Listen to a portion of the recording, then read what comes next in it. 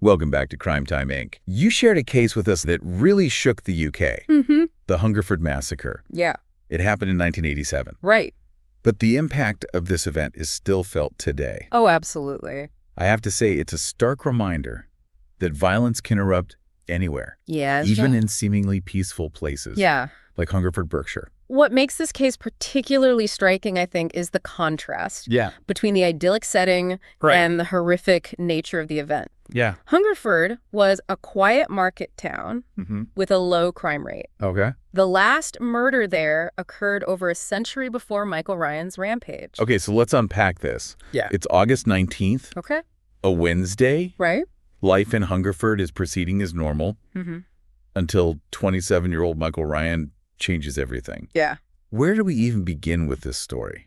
Well, the first victim, Susan Godfrey, was a 35-year-old woman enjoying a picnic with her 2 young children in Severnake Forest. Ryan shot and killed her. Wow. Leaving her children unharmed, Oh, my goodness. trapped in their car seats. Really? This detail immediately highlights the unsettling and seemingly random nature of his actions. It's hard to grasp the cruelty of that act. Yeah. Leaving the children alive but without their mother. Right. It adds another layer of horror to this story. Yeah. What happened next? Well, Ryan then headed to the Southview estate, where he lived with his mother, Dorothy. He set fire to their home. Oh, wow. And turned his attention to his neighbors. So the violence escalates quickly and shifts from a seemingly isolated incident to a targeted attack on his own community. Exactly. Yeah. His next victims were Roland and Sheila Mason, an elderly couple living at number 4 Southview. Right. He shot and killed them both before moving on to 2 more neighbors, Goodness me. Ivor Jackson and Victor Gibbs, who also met the same fate. It's almost unimaginable. It is. Being in your own home. Yeah. Assuming you're safe. Right. And then suddenly becoming a target. Yeah. What drove him to target these particular individuals? That's one of the biggest mysteries surrounding this case. Yeah. There's no clear pattern or motive. Right. Which makes his actions even more disturbing. Yeah. He continued his rampage, killing another neighbor, Kenneth Clements, who was trying to escape with his family. Wow.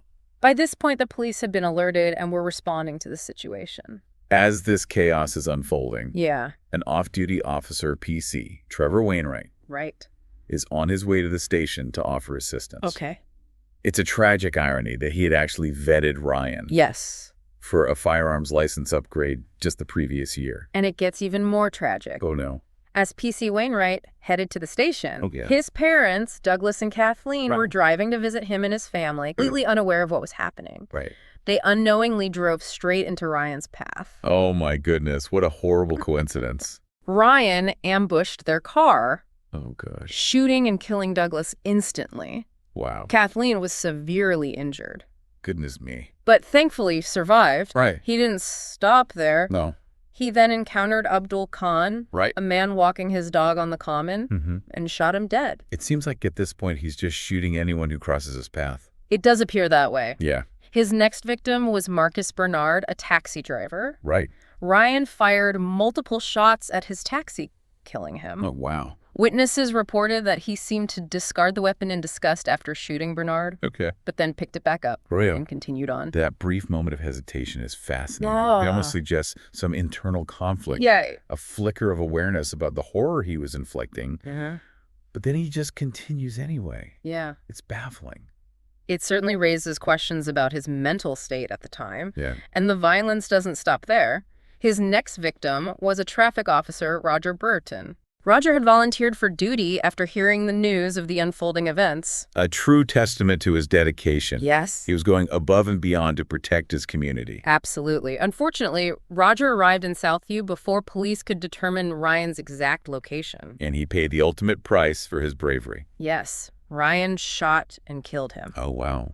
Meanwhile, unaware of the danger he was in and the tragedy that had befallen his parents, PC Wainwright arrived at the police station. Can you imagine the shock and grief he must have felt when he learned what had happened? It's difficult to comprehend as the police were struggling to contain the situation. Ryan continued to move through the town seemingly at random. Witnesses reported him shooting at people from his car. Really? It was as if the violence had taken on a life of its own, spiraling further out of control. This raises a question. Was he actively seeking out victims, or was he just firing indiscriminately? That's a difficult question to answer. Yeah. He drove to a petrol station, got out, and pointed his rifle at the cashier, but then simply got back into his car and drove away. It's as if he was toying with people's lives, relishing in the fear he was creating. His actions were becoming increasingly erratic. Right. On a nearby road, he shot at Lisa Mildenhall as she was driving, injuring her. Another innocent person caught in his web of violence. He then encountered another woman, Linda Chapman, in her car and fired several shots, one of which struck her arm. It's remarkable that despite the escalating chaos, the police were still struggling to pinpoint his location. It must have been incredibly frustrating for them, knowing he was out there causing harm, but unable to stop him. Yeah. Finally, a witness reported seeing Ryan entering John O'Gaunt Community Technology College. His former school. Did he have any particular connection to it besides having been a student there? There's no record of any significant events or relationships tied to his time at the school. It's unclear why he chose this specific location. Perhaps he was drawn to the familiarity of it, a place that represented a simpler time before the violence took hold. Yeah, that's certainly a possibility, whatever his reasons. The school became the setting for the final act of this tragedy. Okay. It was closed for the summer holidays, so thankfully no students or staff were present. Right. Ryan barricaded himself inside a classroom, and a tense standoff with the police began. This marks a turning point in the narrative. The chaotic rampage through the town transitions into a contained siege. Exactly. The police quickly surrounded the school, establishing a perimeter and trying to make contact with Ryan. It must have been a nerve-wracking situation for the officers involved. They were dealing with a heavily armed individual who had already demonstrated a callous disregard for human life. They faced a difficult and dangerous task. Yeah. Inside the school, Ryan was exhibiting erratic behavior. He fired shots at police helicopters circling overhead. Oh, wow. He claimed to have a grenade, though it's unclear if this was true. The threat of a grenade would have significantly heightened the stakes, adding another layer of complexity to the situation. The police were eventually able to establish communication with him. During their conversations, he acknowledged the chaos he had caused, saying, "Hungerford must be a bit of a mess." Right. He even inquired about his mother's well-being. It's chilling to think that he was so detached from the reality of what he had done, unaware that he was the one responsible for his mother's death. His detachment from the situation was truly unsettling, despite the police's attempts at negotiation. Ryan refused to surrender. Really? He remained holed up in the school, heavily armed and seemingly determined to hold out. So what happened next? Did the siege drag on for days? No, it was a matter of hours after hours of failed negotiation attempts. A single gunshot was heard from inside the school. It was the sound that brought the rampage to a close, but not in the way anyone had hoped. Right. Ryan had taken his own life. Oh, wow. He shot himself in the head with his Beretta pistol. The final act of violence in a day filled with senseless bloodshed. His rampage left behind a trail of devastation and a community grappling with grief and unanswered questions. In total, 17 people, including Ryan himself and his mother, lost their lives. 15 others were left with serious injuries, both physical and psychological, that would impact their lives forever. It's difficult to process the sheer magnitude of the loss and the impact it had on the community. How did the nation react to such a horrific event? Well, the Hungerford Massacre sent shockwaves through the UK and the world. It forced people to confront uncomfortable truths about the potential for extreme violence, even in a peaceful community. It was a stark reminder that violence can erupt anywhere at any time, and sparked a nationwide conversation about gun control. Yes. The public outcry in the aftermath of the massacre led to significant changes in UK gun laws. The following year, the Firearms Amendment Act of 1988 was passed. This was a landmark piece of legislation directly addressing the issues highlighted by the Hungerford tragedy. It banned semi-automatic weapons and imposed stricter regulations on firearm ownership across the board. A decisive move towards preventing similar tragedies from happening again. Did it achieve its intended goals? Well, the legislation undoubtedly had a significant impact on gun ownership and gun violence in the UK. The number of gun-related deaths decreased in the years following the Act's implementation, but the debate about gun control is ongoing, with different perspectives on how to best balance individual rights with public safety. It's a complex issue, and the Hungerford Massacre serves as a constant reminder of the need for careful consideration and a commitment to finding solutions that protect both individuals and society as a whole. Absolutely. And while the new laws couldn't erase the pain and suffering caused by Ryan's rampage, they were a crucial step towards ensuring greater public safety and limiting the potential for similar tragedies in the future.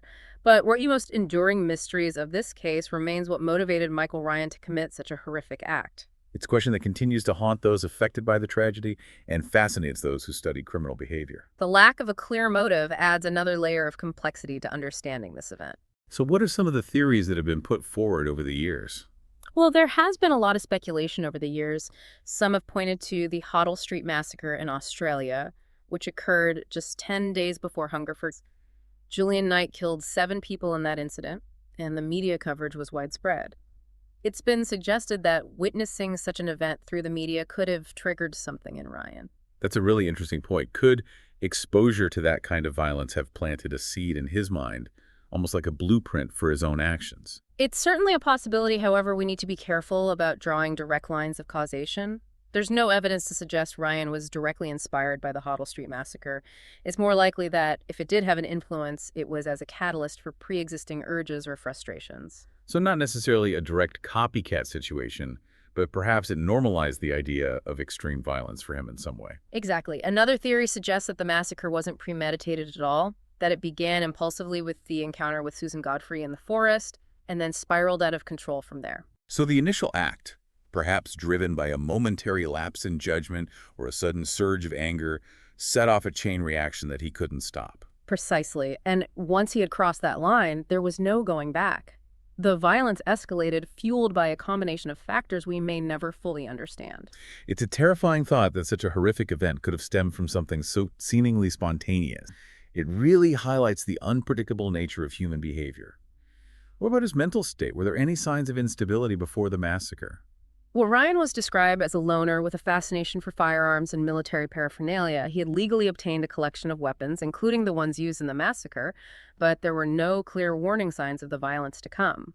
He had no criminal record and hadn't exhibited any overtly aggressive or threatening behavior. So outwardly, he appeared to be functioning within the norms of society, but internally, something was clearly amiss. It's a chilling reminder that we can never truly know what's going on inside someone else's mind.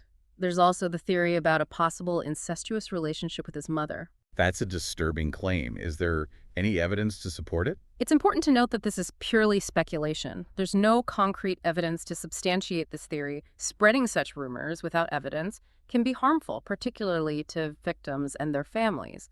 It's crucial to stick to the facts and avoid perpetuating unfounded claims. You're absolutely right. Sensationalizing an already tragic event does nothing to help us understand it.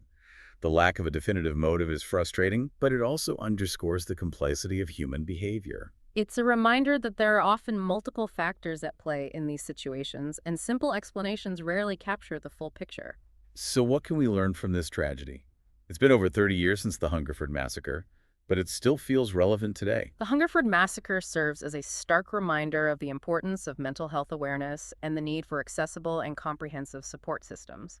It also highlights the importance of responsible gun control measures, ensuring that firearms don't fall into the wrong hands. These are critical issues that we as a society need to continue addressing. It's about fostering a culture of empathy, understanding, and intervention. Exactly. We need to be aware of the warning signs, be willing to have difficult conversations, and create communities that prioritize both individual well-being and collective safety. The legacy of the Hungerford Massacre is a complex one, filled with grief, anger, and a determination to learn from this tragedy and work towards a safer future. It's crucial to remember the victims, honor their memory, and continue the conversation about the societal factors that contribute to such tragedies by addressing the root causes of violence and promoting understanding. We can strive to create a world where such events are less likely to occur. The Hungerford Massacre is a case that forces us to confront the darkest aspects of human nature and to grapple with the ongoing challenge of balancing individual rights with the need for collective safety and security. I am sure both Simon and Tom will remember this case, and they will discuss it in their weekly review on Sunday. But in the meantime, tune in tomorrow for another great true crime episode.